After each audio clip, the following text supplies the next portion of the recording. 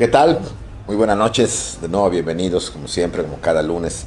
Es un gusto saludarles, es un gusto estar con ustedes y compartir con ustedes todos estos datos tan interesantes y tan, bueno, para mí me parecen muy interesantes estos datos de la historia de México, que son muy poco conocidos y que hay que conocer, hay que dar, porque es la única manera realmente de poder entendernos y de verdad transformarnos, pero de verdad. No, la transformación no puede estar en base a la mentira, porque en base a la mentira solamente se retrocede. Tiene que estar siempre en base a la verdad. Y pues qué bueno que a ustedes les interesa mucho esto.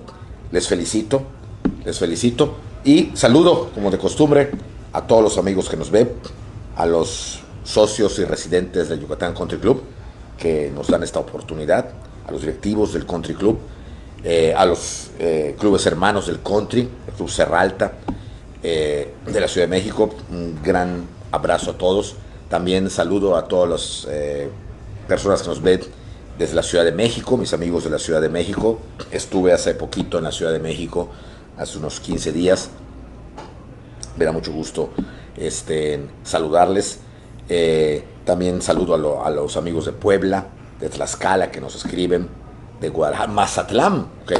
Ese puerto que siempre tengo bellos recuerdos de él. Hace mucho tiempo que no voy a Mazatlán, casi 10 años, pero los mariscos que comía allá, deliciosos. Ese malecón inmenso que tiene Mazatlán, creo que es uno de los más grandes que tiene México.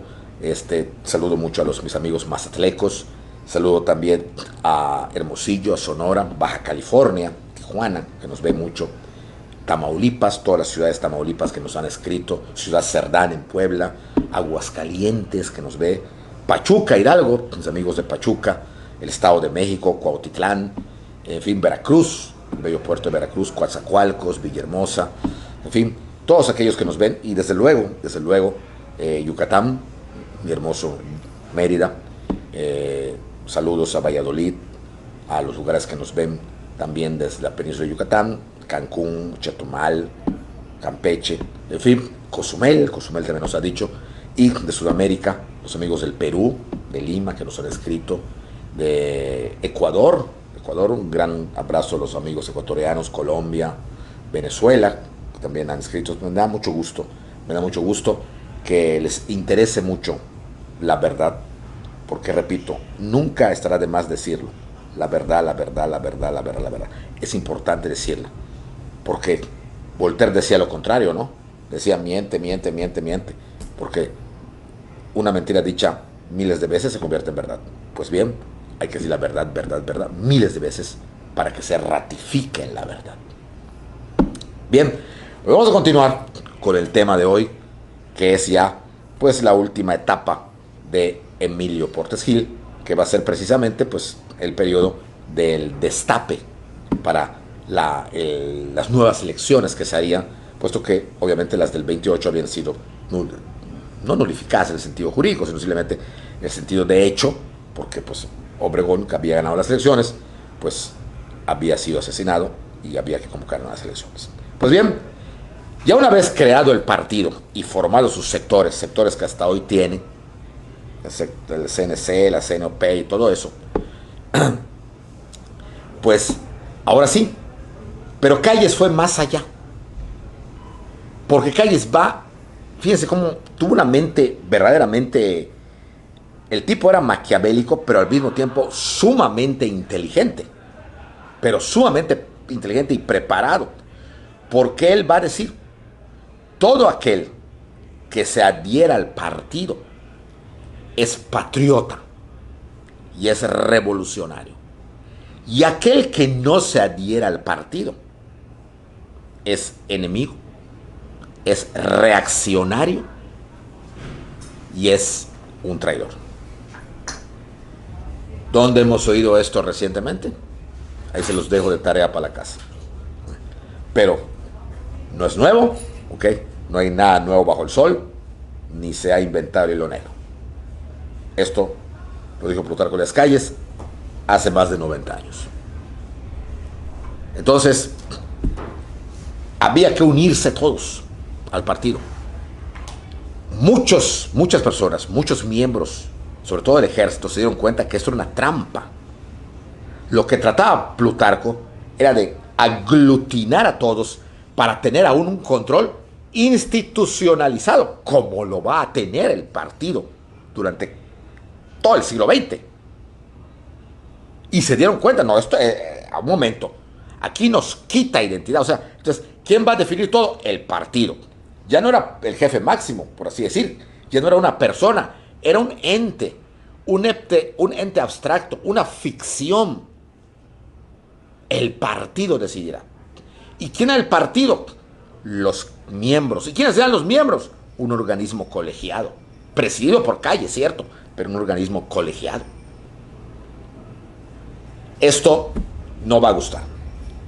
Los cristeros, ¿qué van a decir? Esos cristeros ahorita, en este momento, ya no es que no dijeran nada, estaban debilitados. Les habían quitado armas y sobre todo los líderes que dirigían las guerrillas los habían ejecutado. Los habían venadeado. Entonces, los cristeros y la carabina de Ambrosio en este momento ya eran poca cosa.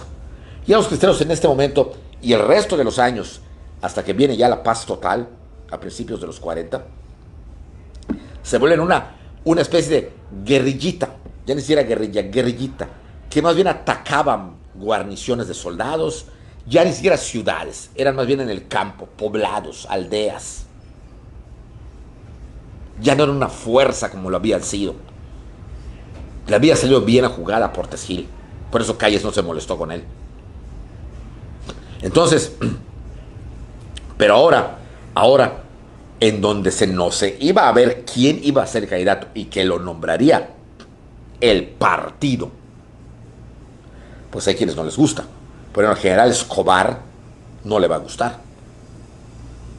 Y viene la famosa rebelión escobarista, que durante mucho tiempo fue considerada como la última gran revolución, la famosa revolución escobarista de Gonzalo N. Escobar, pero que fue aplastada, ¿okay? Porque la mayoría se va a disciplinar. ¿Por qué? Porque Calle les vendió la idea que para hacer carrera política y tener algún puesto, aunque sea de prefecto, como había en esa época, tenías que estar dentro del partido. Con el partido todo, sin el partido, fuera del partido nada. Estás dentro del partido, tienes oportunidad de llegar a ser senador, diputado, alcalde, gobernador y hasta presidente, ¿por qué no? Fuera, no tienes oportunidad de nada. Y además estás señalado. Eres un reaccionario. Eres un neoporfirista. Eres un traidor. Eres un conservador. Entonces, la inmensa mayoría se va, obviamente, a adherir al partido. A ese partido naciente en 1929. Y se funda. Se va a fundar el Partido Nacional Revolucionario, que no por nada, en el antiguo local del partido, no sé si sea antiguo, no sé si todavía exista, pero a la entrada del partido, de las oficinas, estaba la estatua gigantesca de cuerpo entero parado de Plutarco Elías Calles. Es que, pues, obviamente nadie puede negar que fue el fundador, no solamente del partido, sino el organizador y el creador del México del siglo XX. Nos gusta o no, pero lo fue. Ahora, ya fundado, ahora sí, había que buscar a un candidato.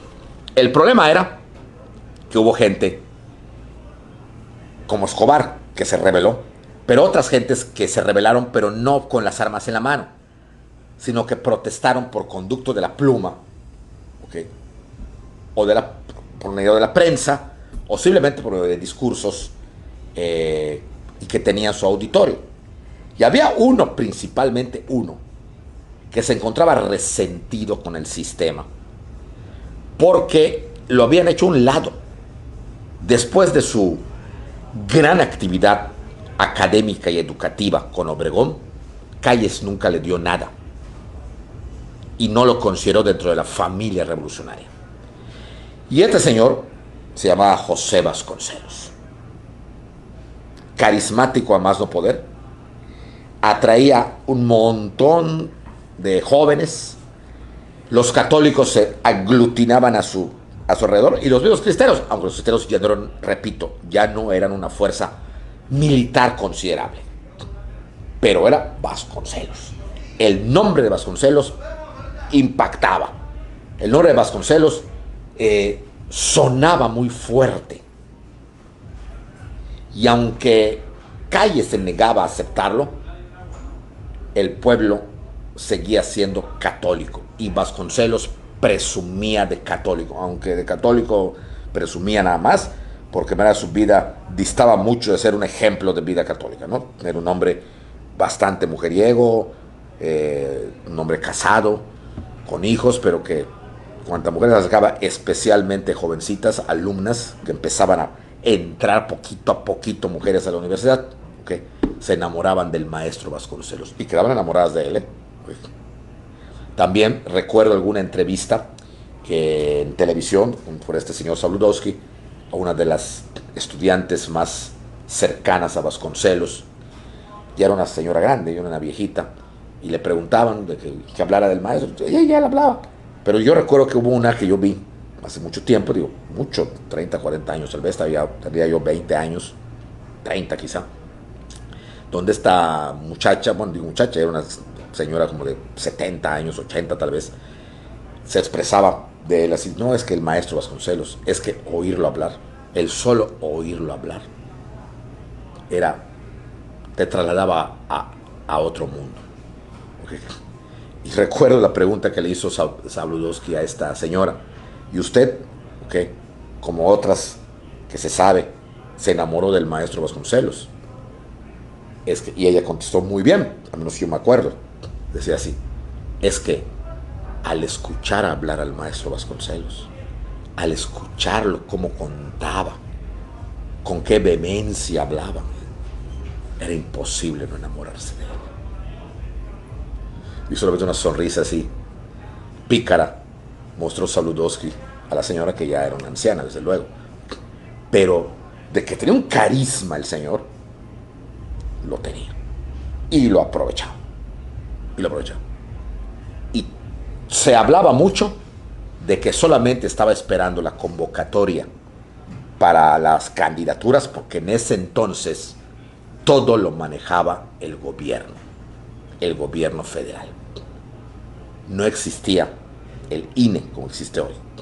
El INE, con todos los defectos que puede tener, sigue siendo una garantía para un país en vías de democracia, o que presume ya de democrático como México.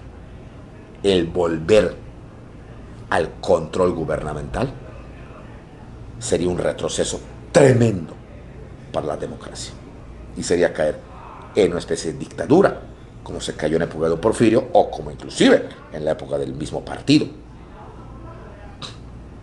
Bueno, entonces en esto todo lo manejaba el gobierno. Por lo tanto, era pelearse contra el candidato del gobierno. Y tenías todas las de perder. Pero Vasconcelos pensaba que si una multitud enorme lo apoyaba, por más no podía descargarse tanto el gobierno. Sobre todo que después de la revolución escobarista del 29, pues se sabía que no todos estaban realmente tan de acuerdo con Plutarco Elías Calles y con el partido. Entonces solo estaba esperando ese momento. Calles lo sabía, ¿okay? Y tenía que buscar a alguien de entre su gente para que el partido lo postulara. Era importante el candidato. ¿Por qué? Porque sería el primero que postularía el partido. Sería el primero que el partido pondría en la plataforma para competir por la presidencia. Por lo tanto, al que postularan tenía que ganar. Porque como dijo Plutarco Elías Calles, el partido nació invencible. No podía perder. Y mucho menos en la primera elección. Nada más que aquí había otro problema. Ya se sabía que Vasconcelos la iba a jugar. Y el gallote que tenía enfrente, o sea, Vasconcelos, era un gallo con espolones. Por lo tanto, tenía que poner un gallo con espolones. Pero el problema era este. Era el primero del partido. Tenía que obedecer al partido. Por lo tanto, no podía poner a ningún militar que podía él manejar al partido. En segundo lugar, no quería poner a uno tan independiente que no dependiera de las órdenes del partido y sobre todo de las de él, de las de Plutarco Elías Calles. Entonces, era esa, vamos a llamarle de alguna manera, sincretismo entre un candidato fuerte y uno débil. ¿Cómo mezclar agua con aceite? Y al final de cuentas, al no poderlo hacer, Calles se decidió por poner a uno débil, manejable, o sea, pelele, como Vasconcelos le va a llamar, y que toda la fuerza del partido y toda la fuerza del Estado, como se llamaba antes, se diera a la cargada a favor de él. Y si la cargada estaba con él, así fuera un enclenque políticamente hablando, ganaría. ¿Y qué le duraría a Vasconcelos con toda la fuerza que tenía? Y va a escoger a uno verdaderamente, no gris, casi invisible. Un individuo que pasó por la historia, lastimosamente, que hasta hoy se le considera un pobre diablo, porque si bien hubo otros peleles, este fue el rey de los peleles. El personaje se llamaba Pascual Ortiz Rubio. Había sido embajador de Brasil, no conocía muy bien la política mexicana. Calles, vean cómo se repite la historia, ¿eh? Calles caía en el mismo error que 20 años había caído Venustiano Carranza. No, 10, perdón. Había caído Venustiano Carranza al poner a Ignacio Bonillas, que estaba en Nueva York.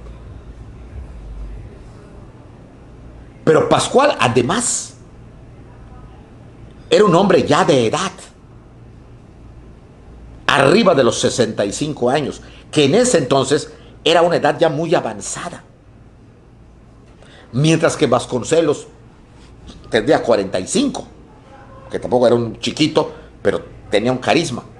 Era anticarismático, con una voz de pito rajado, como diríamos por acá, Pascual Ortiz Rubio. Totalmente sin una enjundia que se necesita para ser un candidato. Vasconcelos tenía todo lo contrario de él. O sea, era la otra cara de la moneda. Un hombre que solo sabía lo poco que sabía, Ortiz Rubio. Vasconcelos era un académico. Había sido secretario de Educación Pública, rector de la Universidad Nacional de México, ídolo de la juventud, ídolo de los católicos. Le gustaba improvisar y lo hacía muy bien.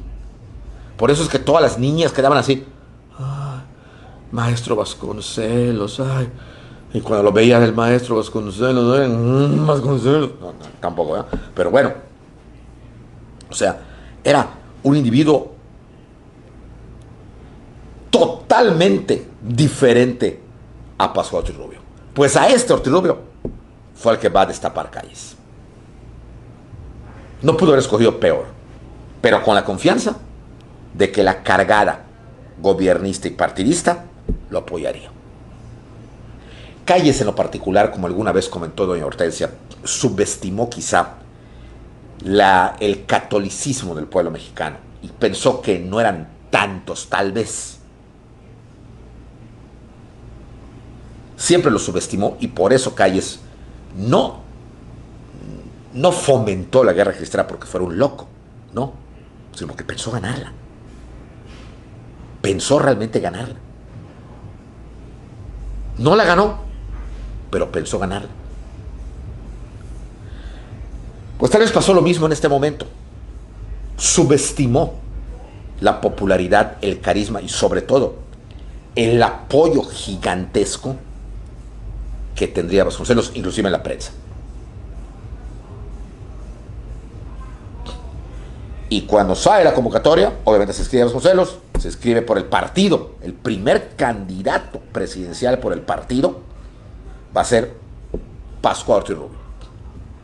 Y empieza una campaña que fue de las más documentadas que existen. En primer lugar, la prensa ya se dedicaba más a las campañas. Fue quizá la más organizada. Las anteriores, la campaña de Obregón, fue una campaña de carácter más bien militar. Y anteriormente, la de Serrano, pues, pero esta, ahí está documentadísima. Y si vemos las fotos de las campañas, veremos que la gente de Vasconcelos era una multitud enorme, enorme que lo seguía.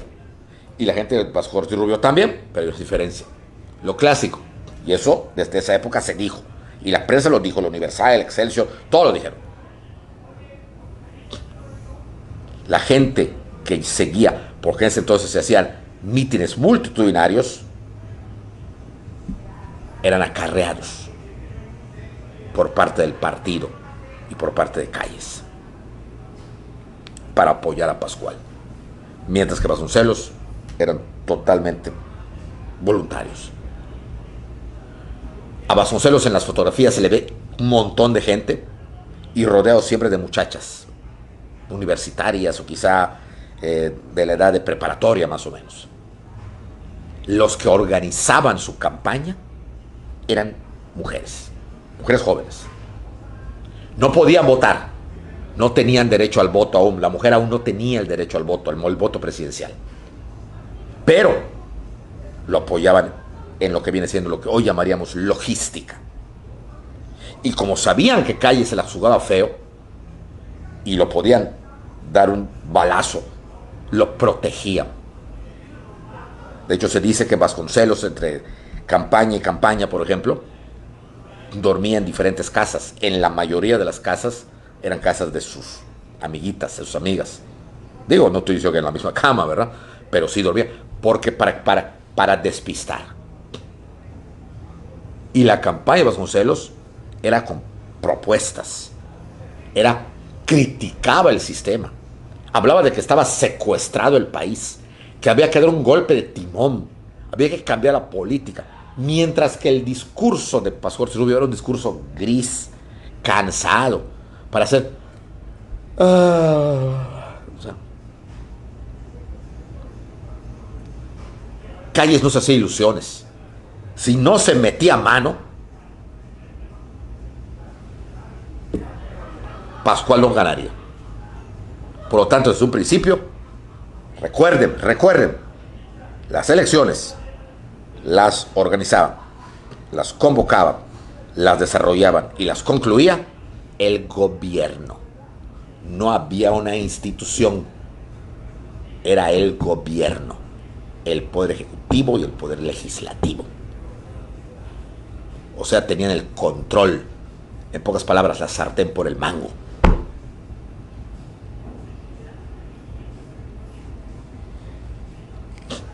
El día de las elecciones fueron terriblemente sangrientas. Calles se basó en todo, en asesinatos a los electores. Calles tenía un personaje nefasto también, que seguramente los amigos de San Luis Potosí habrán oído hablar de él, que se llamó Gonzalo N. Santos. Era el matón de Plutarco Elías Calles. Era el nuevo, el joven, el nuevo alumno de Luis N. Morones. Y él va a dedicarse a matar vasconcelitas. Y lo peor es de Gonzalo N. Santos, luego hizo sus memorias y lo presumía. Yo metí orden y yo en la Alameda de Trump puse con mis tiradores a matar vasconcelistas. No íbamos a permitir que ganara la reacción. Así lo decía Gonzalo N. Santos, que fue cacique de San Luis Potosí. El clásico cacique que le gustaba a una mujer, maten al marido y me la traen. El tipo era terrible, ¿eh? Gonzalo de Santos era terrible. Era aquel que inventó aquella palabra que cuando le decían, es que lo que hace usted es inmoral. Un momentito. Para mí la moral, decía Gonzalo de Santos, es un árbol, y el árbol que da moras. Eso es la moral.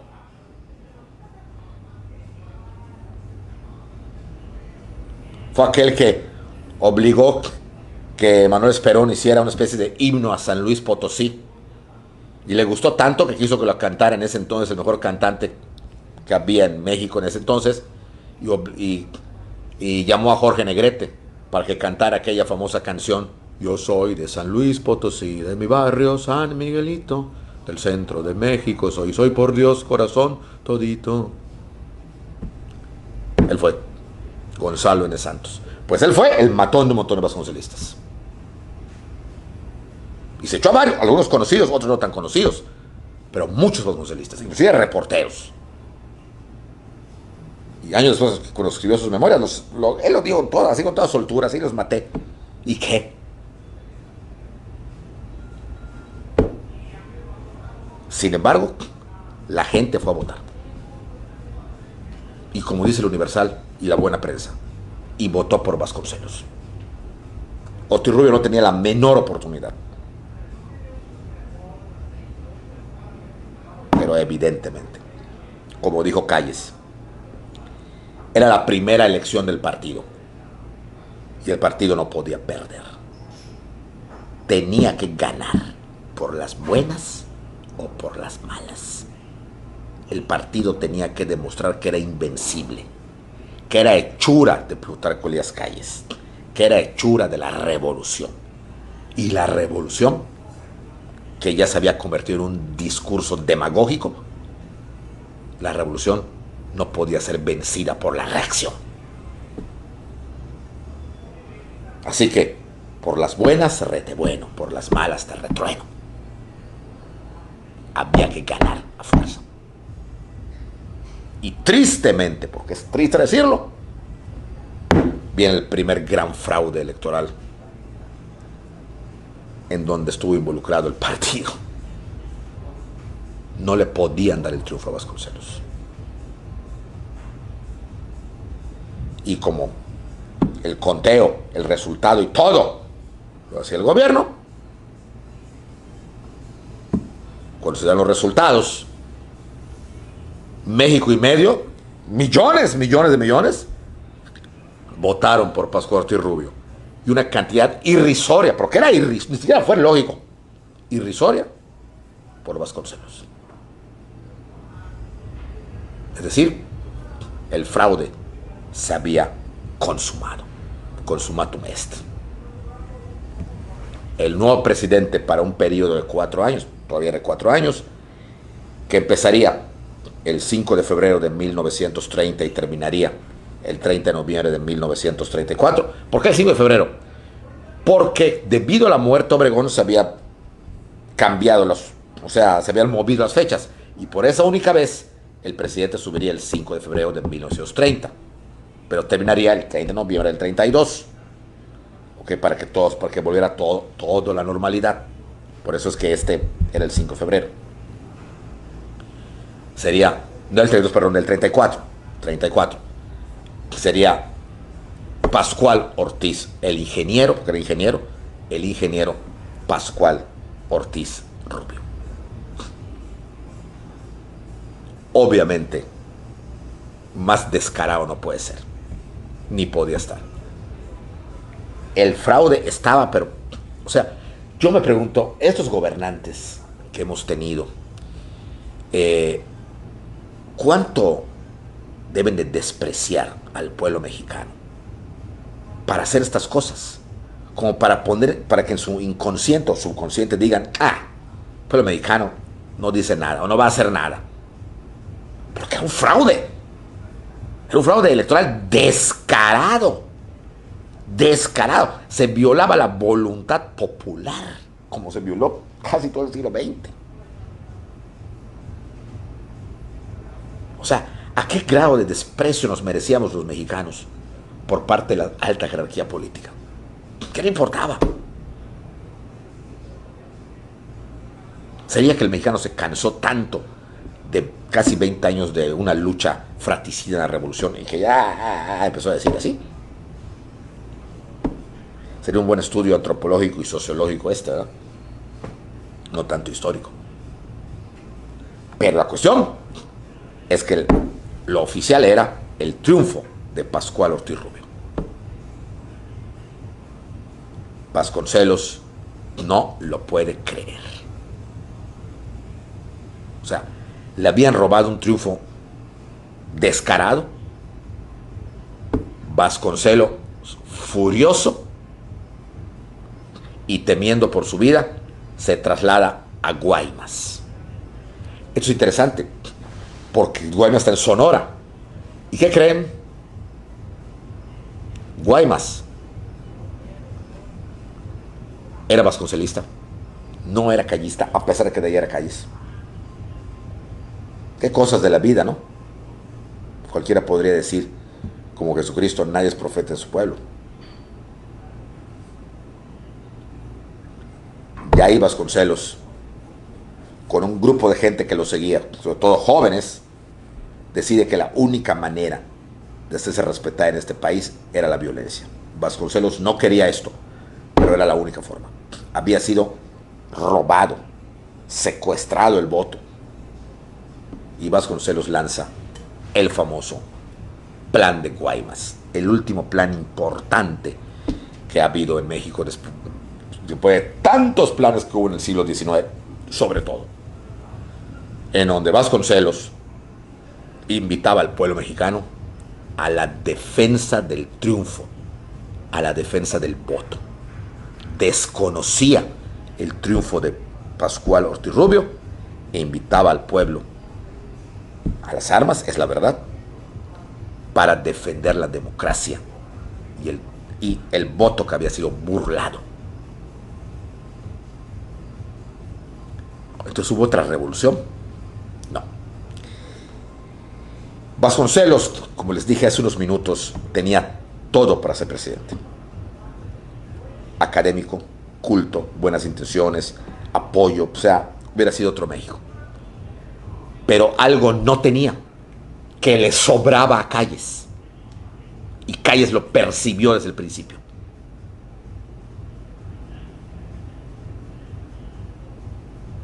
Cuando vino el plan, la gente se reúne y le pregunta a Calles si va a mandar el ejército a Guaymas. Y Calles dice, no, esto no va a pasar de un mero borregazo y de gritos del maestrito ese.